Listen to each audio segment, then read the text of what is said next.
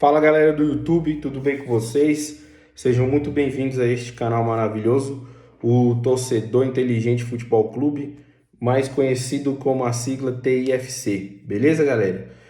Meu nome é Pedro Dias, eu falo aqui diretamente dos subúrbios de Brasília, tenho 33 anos e sou advogado. E estou aqui iniciando esse meu segundo emprego, esse minha segundo hobby, sei lá o que vai ser isso daqui, mas a ideia é trazer vídeos diários aqui, galera, sobre o mundo do futebol. É um assunto que eu gosto, que eu me fico ali interagindo, vendo, pesquisando, trazendo, vendo algumas coisas sobre isso. E eu resolvi fazer este canal aqui para trazer a minha visão sobre o que vem acontecendo aí no mundo do futebol, futebol brasileiro, futebol internacional, beleza? Quem quiser acompanhar o canal, já se inscreve, deixa o seu like e compartilha esse vídeo aí para o máximo de pessoas que vocês conseguirem naquele grupo ali do futebol da pelada, né? E a ideia aqui do canal, galera, é só trazer aqui uma visão um pouco mais calma e análise realmente dos fatos, tá, galera? Que eu vou tentar me ater ao máximo aos fatos, o famoso não brigar com a imagem, para também trazer um pouco de racionalidade aí para o debate, um pouco de clareza para que a gente não fica caindo em clickbait, não fica caindo em sensacionalismo da imprensa, né, da imprensa tradicional. Enfim, para trazer um pouco de clareza e uma visão de um torcedor que gosta do futebol e que vai tentar ao máximo trazer a coisa como ela é e não com viés sensacionalista, não com viés de querer cliques, beleza, galera? Até assim, a ideia é que o canal cresça, mas que cresça de uma forma, vamos dizer assim, fiel aos fatos e não tentando manipular aí para poder criar, para poder ganhar clique e ganhar seguidor, beleza, galera? Então a ideia do canal é esse, sejam bem-vindos. Como eu falei, clica no like aí, no botãozinho do like, se inscreve no canal e compartilha esse vídeo aí para sua galera, beleza? E bom, o primeiro vídeo do canal não poderia ser outro a não ser trazer aí essas questões aí do Bruno Henrique, não é isso? Jogador do Flamengo, até porque, como eu falei, eu sou advogado, tenho aí uma atuação de 8 anos no ramo já tenho um OAB e trabalho como advogado há 8 anos.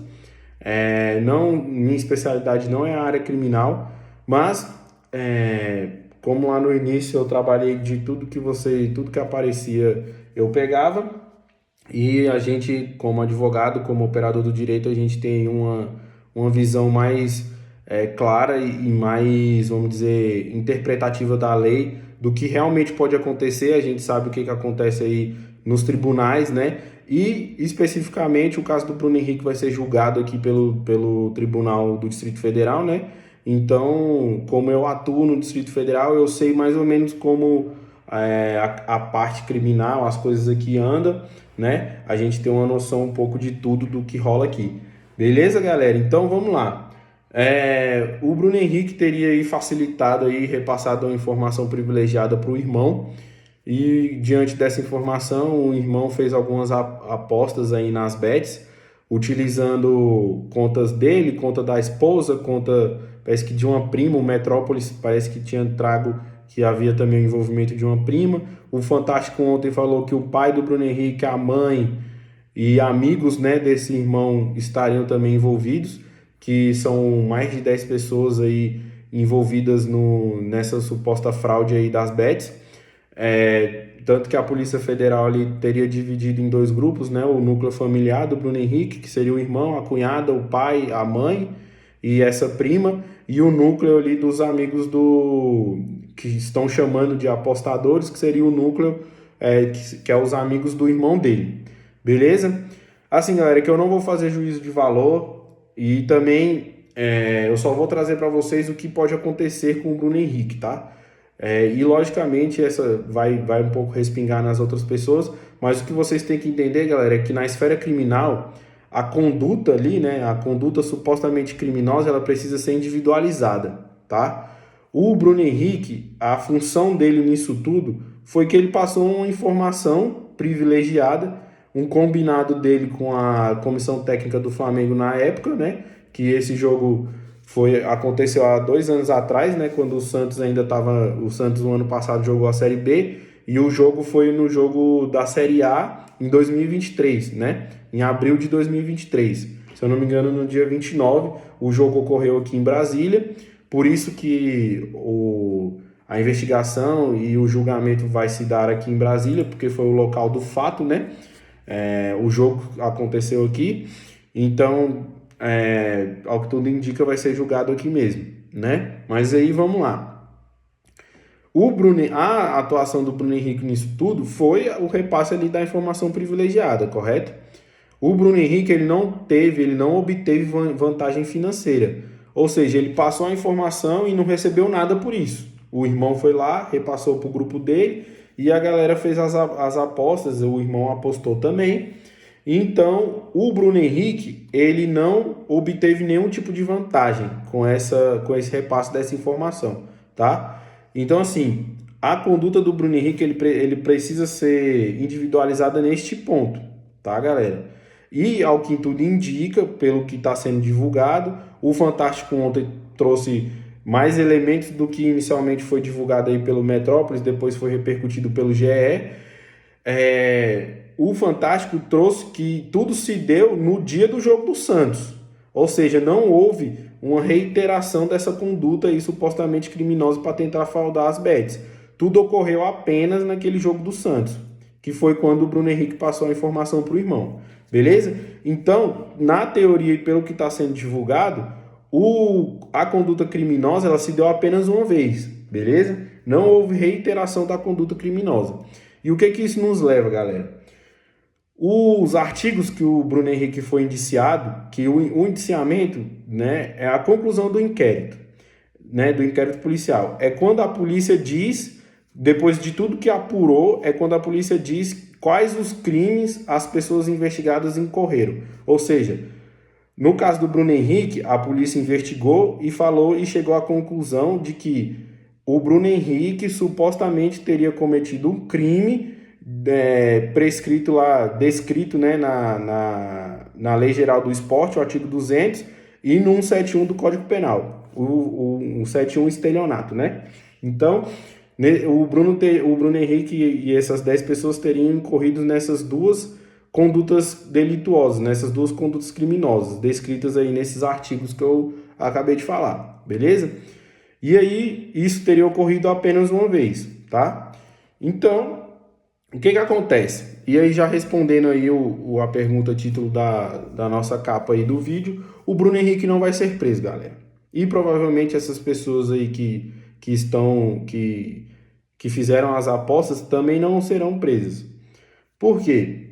No Brasil, galera, só se prende antes de uma condenação, ou seja, sem uma sentença condenatória, só se prende de forma em flagrante, temporária ou preventiva. A prisão em flagrante ela tem que ocorrer logo após ou quando a conduta criminosa estiver ocorrendo. A prisão temporária ela pode ser requerida pela polícia ou pelo Ministério Público durante as investigações. Ela é uma prisão que dura 5 dias e pode ser prorrogada por mais 5 dias. A prisão preventiva ela é uma prisão sem tempo determinado, né? Ele pode ficar preso até a sentença e depois permanecer preso se o regime inicial for fechado, né? O regime inicial de cumprimento. E aí, no caso, galera, a prisão em flagrante ela é convertida em prisão preventiva, como ele não foi preso em flagrante, nenhuma dessas pessoas foram presas em flagrante. Então, elas não vão ter nenhum tipo de sanção, vamos dizer, do Estado neste momento. Eles não vão ser privados de liberdade neste momento. Por quê? Ao que tudo indica, nenhuma dessas pessoas obstruíram a justiça, ou seja, elas não dificultaram as investigações, certo? A polícia conseguiu investigar ali tranquila, ao que tudo indica, de uma forma tranquila. Foram feitas buscas e apreensões, provavelmente se colheu esclarecimentos, né, depoimentos dos envolvidos, e ao que foi relatado até agora pela imprensa, ninguém se negou a prestar esclarecimentos, ninguém tentou ocultar provas, ninguém tentou dificultar aí de nenhuma maneira a investigação. Então, ao que está sendo divulgado, não existe elementos para para pedir a prisão do Bruno Henrique ou desses envolvidos neste momento, beleza? Mas aqui vamos se ater ao Bruno Henrique. O Bruno Henrique ele não vai ser preso, tá? Não vai ser preso preventivamente e não vai ser preso após uma sentença condenatória e após o trânsito em julgado desse processo. Por quê? No Brasil, galera, só cumpre pena em regime inicial fechado pessoas condenadas a mais de 8 anos ali pelo crime praticado, certo? Ou seja, se a pessoa praticou o crime e ela foi condenada a 8 anos ou mais de prisão, o regime de cumprimento inicial é o fechado, ou seja, a pessoa vai para cadeia, tá? Abaixo de 8 anos, até 4 anos, ou seja, de 4 a 8 anos de sentença condenatória, o início do cumprimento é no semiaberto. A pessoa se recolhe trabalha durante o dia e se recolhe à noite no regime carcerário para poder cumprir a pena. Abaixo de 4 anos, a pessoa ela cumpre no regime aberto, ou seja, ela não vai para cadeia. Ela tem ali algumas sanções, algumas questões que ela é impedida de fazer, mas ela não cumpre a pena na cadeia, tá? Então vamos lá. As penas dos crimes, dos artigos aí que o Bruno Henrique, que a polícia indiciou o Bruno Henrique, que a polícia disse que o Bruno Henrique praticou, né, a conduta delituosa desses artigos, elas trazem uma pena. O artigo 200 da Lei Geral do Esporte é uma pena de reclusão de 2 a 5 anos, e o estelionato no Código Penal é de 1 a 5 anos. E aí, assim, se essas penas elas serão somadas, tá? No final, lá na hora do juiz condenar, ele vai somar as penas. Mas, se somar no máximo, o Bruno Henrique pode pegar uma pena máxima de 11 anos. Porém, isso não vai acontecer. Porque o Bruno Henrique, ele é réu primário, tem bons antecedentes, tem residência fixa, trabalha. Então, assim, todas as questões atenuantes da pena, ele é o réu primário perfeito, beleza? E ele não tem situações agravantes. Ou seja, não tem nenhuma situação que o juiz vai poder agravar a pena dele. Ele vai iniciar ali a dosimetria da pena, que é ali a forma com que o juiz vai dizer por que ele vai condenar naquele tempo determinado ali, ele vai começar no mínimo legal. Ou seja, 1 ano para o estelionato e 2 anos para o crime, lá para o artigo 200 da Lei Geral do Esporte. E aí, o juiz ele vai tentar jogar situações agravantes.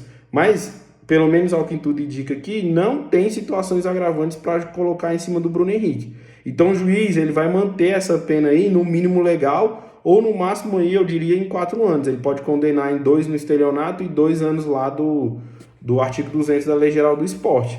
E aí 4 anos, se vier uma condenação nesse sentido, que eu acredito que vai ser o que vai acontecer, se vier a sentença condenatória, tá, galera? Porque o Bruno Henrique ele pode ser absolvido também, tá? Existe essa possibilidade e eu acho que é uma possibilidade real do Bruno Henrique ser absolvido e talvez só essas pessoas aí esses outros, os apostadores em si serem condenados, tá? Mas aí vamos lá. Se vier uma sentença condenatória, ela vai ser, pro Bruno Henrique, vai ser no máximo aí nesse patamar. Então ele não vai cobrir em regime fechado, ele não vai para cadeia. E aí, então assim, já respondendo aí a pergunta título do vídeo, o Bruno Henrique não vai ser preso nem agora, preventivamente, e nem ao final do processo. Nem quando o processo for transitado em julgado. Ele pode vir a ter uma sentença condenatória, mas essa sentença condenatória não vai levar ele a ser preso, tá? Pelos motivos que eu já expliquei aqui. E aí, vamos lá. Mas aí tem o lado desportivo. No lado desportivo, o presidente do STJD deu uma entrevista lá para o Fantástico, ele falou que o caso dele pode ser reaberto, né? Por essas questões aí de ter surgido fatos novos, ter surgido novos elementos, beleza? Mas o caso do Bruno Henrique ele já foi apreciado pelo STJD e o STJD arquivou. E aí agora está na eminência, né, dependendo aí do que acontecer, de ser reaberto. E aí na justiça desportiva é uma questão muito mais rápida, né? Lá é jogo rápido na justiça desportiva. Mas aqui no caso do Bruno Henrique tem elementos muito diferentes do que aconteceu lá com aquela galera lá, aqueles 22 jogadores que foram investigados pelo MP do Goiás, que desses 22, né, 5 foram banidos do esporte, não podem mais jogar bola. Então, assim, tem elementos muito diferentes, tá, galera? Ali existia todo um aparato criminoso por trás. As pessoas, os jogadores receberam vantagem econômica, ou seja, eles consentiram em tomar o cartão amarelo e receberam uma vantagem por isso. Eles receberam grana por isso. E o Bruno Henrique, até agora, as provas, o que foi relatado pela imprensa, não trouxe que o Bruno Henrique trouxe vantagem econômica para ele. Ele repassou a informação e as pessoas utilizaram dessa informação para poder fazer as apostas. O Bruno Henrique poderia ter dado essa informação? Não, ele não poderia, tá? Isso daí é claro, e aqui eu não vou passar pano para ninguém, ele não poderia ter passado essa informação. Ele passou essa informação para o irmão, e o irmão se utilizou dessa informação para poder fraudar as bets, beleza? E aí, galera, mas o caso é muito diferente por conta desse aspecto primordial, que é a questão do atleta ter recebido alguma vantagem econômica. O Bruno Henrique não recebeu, tá? E no caso do Bruno Henrique, isso teria acontecido apenas uma vez. Lá no MP do Goiás, os próprios atletas que foram ali sendo aliciados, eles também aliciaram outros atletas, ou seja, o jogador que recebeu a primeira proposta do apostador, ele foi lá, fez a parada, ganhou o dinheiro e ele foi e indicou outro atleta para poder receber, para poder ser aliciado também. Entendeu? Então, ou seja, foi se formando ali uma teia criminosa para poder fraudar as bets. O caso do Bruno Henrique não tem nada a ver com isso. Ele, como eu disse aqui já várias vezes, eu vou continuar batendo nessa tecla.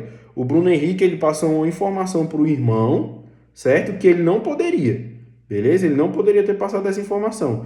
Mas o Bruno Henrique não recebeu nenhum dinheiro, ele não recebeu nada para poder passar essa informação para o irmão, beleza?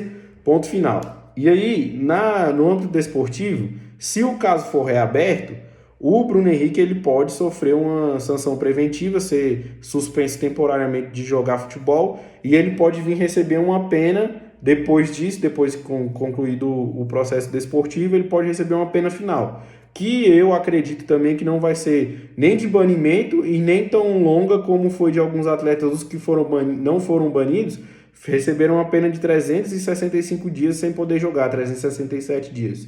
Eu acho que o Bruno Henrique não vai ficar nesse patamar. Eu acredito que seja aí num patamar de 180 se vier uma condenação, tá? Mas também tem outro porém. O Rodrigo Matos do UOL, ele trouxe uma informação de que o STJD vai aguardar a justiça comum, né? Vai aguardar uma decisão da justiça comum. Só que ficou vago essa questão da decisão, porque que decisão que é essa? É uma decisão de recebimento da denúncia, ou seja, o MP vai oferecer a denúncia, o juiz da causa vai dizer, beleza, receba a denúncia, cite-se os envolvidos. Aí, a partir daí, as pessoas, o Bruno Henrique ele vai se tornar réu, né? Vai ter que responder na condição de réu, né? Nessa ação penal. E aí, o STJD já estaria satisfeito com essa decisão de recebimento da denúncia? Eu acho que não. Vai aguardar uma sentença da Justiça Comum? Uma sentença, no caso do Bruno Henrique aqui no Distrito Federal, vai demorar aí de 6 meses a 1 ano, galera. Isso aí porque serão mais de 10 réus, eles não moram no Distrito Federal, terão que ser citados por carta precatória. Então tudo isso é uma situação que faz o processo ficar longo, tá? O processo vai ficar aí um bom tempo aí, dependendo dessas citações, vai ter que citar todo mundo para poder o processo correr. Então, assim, vai demorar, tá? Carta precatória é o seguinte, o juiz aqui do Distrito Federal vai mandar uma decisão para um juiz de Minas, para o juiz do Rio de Janeiro e de onde mais essas pessoas morarem, né? Porque o irmão parece que mora em BH, o Bruno Henrique mora no Rio de Janeiro, e aí as outras pessoas envolvidas moram aonde, né? A gente não sabe dessa informação. Mas de onde elas estejam, vai ter que mandar para um juiz da localidade, para o juiz da localidade mandar um oficial de justiça e citar essas pessoas. É assim que acontece a questão da carta precatória. E a morosidade da justiça brasileira, a gente sabe como é. Então, essa questão aí, até a citação de todo mundo vai demorar. Eu acredito que antes de 6 meses não tem uma sentença para o caso do Bruno Henrique. beleza? E então, assim, se o STJD for aguardar uma sentença, o Bruno Henrique acredito que o contrato dele com o Flamengo encerra no final do ano que vem, né? Que ele renovou em 2023, e aí por 3 anos, então eu acho que acaba no final de 26. Se acabar no final de 26 e o STJD aguardar uma sentença, o Bruno Henrique vai até poder cumprir o contrato dele com o Flamengo, entendeu? Se for aguardar um trânsito em julgado, que é o finalmente, que é o final de tudo do processo, né? Que é quando o processo se encerra. Se for aguardar um trânsito em julgado, aí é tranquilo. Aí o Bruno Henrique vai cumprir o contrato dele tranquilamente, sem sofrer nenhuma sanção criminal ou desportiva.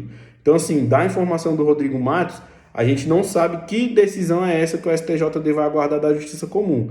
Mas vai ser uma dessas três. Vai ser uma decisão de recebimento da denúncia, uma sentença, né, em primeira instância, ou aguardar o trânsito em julgado do processo. Se for o cenário do trânsito em julgado, é o melhor dos mundos para o Bruno Henrique, porque, como eu disse, ele vai poder cumprir o contrato dele com o Flamengo tranquilamente, tá? Então, galera, é isso que pode acontecer com o Bruno Henrique, tá? Ele não vai ser preso, mas, assim, quanto mais a mídia bater nessa situação, mais o STJD, a Justiça Comum, o Ministério Público vai tentar acelerar, porque vai vir uma questão midiática, e aí, né, se demorar demais, aí sabe como é, né? Vão ficar, porque é rico, vai vir aquelas coisas, né? Jogador de futebol não é preso, piriri, popopó, essas coisas aí, ou seja, para pressionar, no caso, os órgãos aí competentes a dar celeridade aí na resolução do caso. Então, quanto mais aparecer na mídia, mais a situação pode se complicar para o Bruno Henrique, no âmbito desportivo, tá? Porque no âmbito criminal, o Bruno Henrique vai ter um transtorno aí para a vida dele, pô, envolve parente, envolve mãe, envolve pai, então assim, a cabeça do cara realmente deve estar um pouco conturbada aí, deve estar puto com o irmão, mas gera esse transtorno, mas o Bruno Henrique ele não vai ser impedido de jogar futebol pela questão criminal, tá, galera? Ele não vai ser impedido de jogar futebol por conta da questão criminal. Ele pode vir a ser impedido de jogar futebol pela questão desportiva. Mas aí, como eu disse, o Rodrigo Matos trouxe essa informação também, um pouco diferente do que foi falado até pelo presidente lá do STJD. Então vamos aguardar. Mas o que vai acontecer com ele não vai diferir muito do que eu disse aqui para vocês, tá? Então não fica caindo aí, se você estiver acompanhando isso por alguma pessoa, por algum meio de comunicação tradicional, por algum youtuber. Não, o Bruno Henrique não vai ser preso, galera. Não existe essa possibilidade dele ir preso, tá? Aqui no Brasil, para esse tipo de crime, raramente a pessoa vai presa, tá? Então, é isso, tá? Pro primeiro vídeo do canal, não se inscreve. Não se esqueça de se inscrever, deixar o seu like e compartilhar pra galera, tá? Espalhe essa informação aí que o Bruno Henrique ele não vai ser preso, que não existe essa possibilidade, tá? Ele pode vir a ser impedido de jogar futebol, mas por conta da justiça desportiva, não por conta dele ir preso, tá, galera? Eu vou ficando por aqui e aí vamos ver se eu consigo soltar um vídeo por dia aqui, beleza? Tamo junto e é só o começo.